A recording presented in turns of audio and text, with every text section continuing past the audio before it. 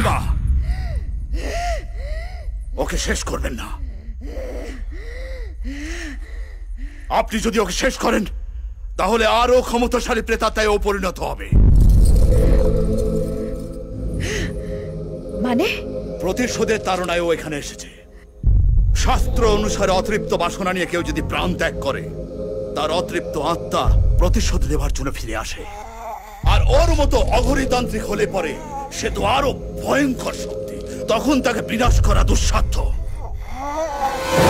কিন্তু ওকে নিষ্কৃতি দিলে ও কাউকে বাঁচতে দেবে না। জানি মণিমা, কিন্তু এর কোনো সুরাহা তো নেই। আছে, মৃত্যু নয়। আমি ওকে এখানেই এক্ষুনি জীবন্ত সমাধি দেব। পৃথিবীর সমস্ত শুভ শক্তি দিয়ে ওর সমাধি করে তুলবো আমি, যাতে মৃত্যুর পর ওর ঘৃণ্য আত্মা এই অন্ধকার কূপ ভেদ করে বেরোতে না পারে। কিন্তু রাজ পরিবারের কেউ যদি এই সমাধি ভাঙে, তাহলে কাল রুদ্রের অতৃপ্ত আত্মা প্রলয় শুরু করবে। তখন আপনি আর আপনার সাম্রাজ্য ধ্বংস হবে। তা কোনোদিনও হবে না আচার্যদেব।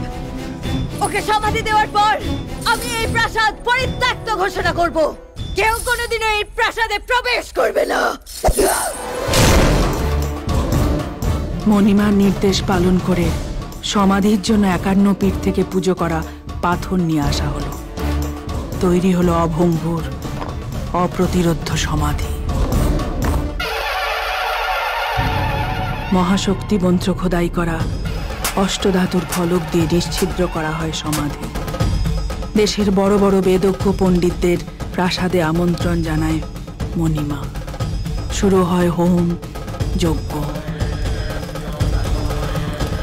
সমাধির সামনে রাখা হলো শিবের ত্রিশূল, যা ত্রিলোককে রক্ষা করে, যাতে কোনোভাবেই রুদ্র আত্মা সমাধি ভেদ করে বাইরে বেরিয়ে আসতে না পারে। তা নিশ্চিত করে রানী অরুন্ধতী।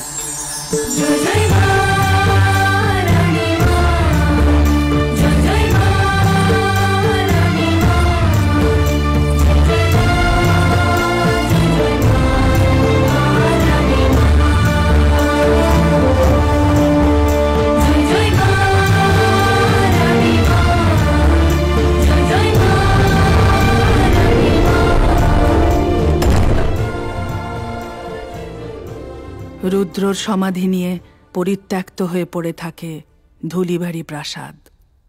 আর এইভাবেই শেষ হয়েছিল এক দুরাত্মার জীবন। না, শেষ হয়।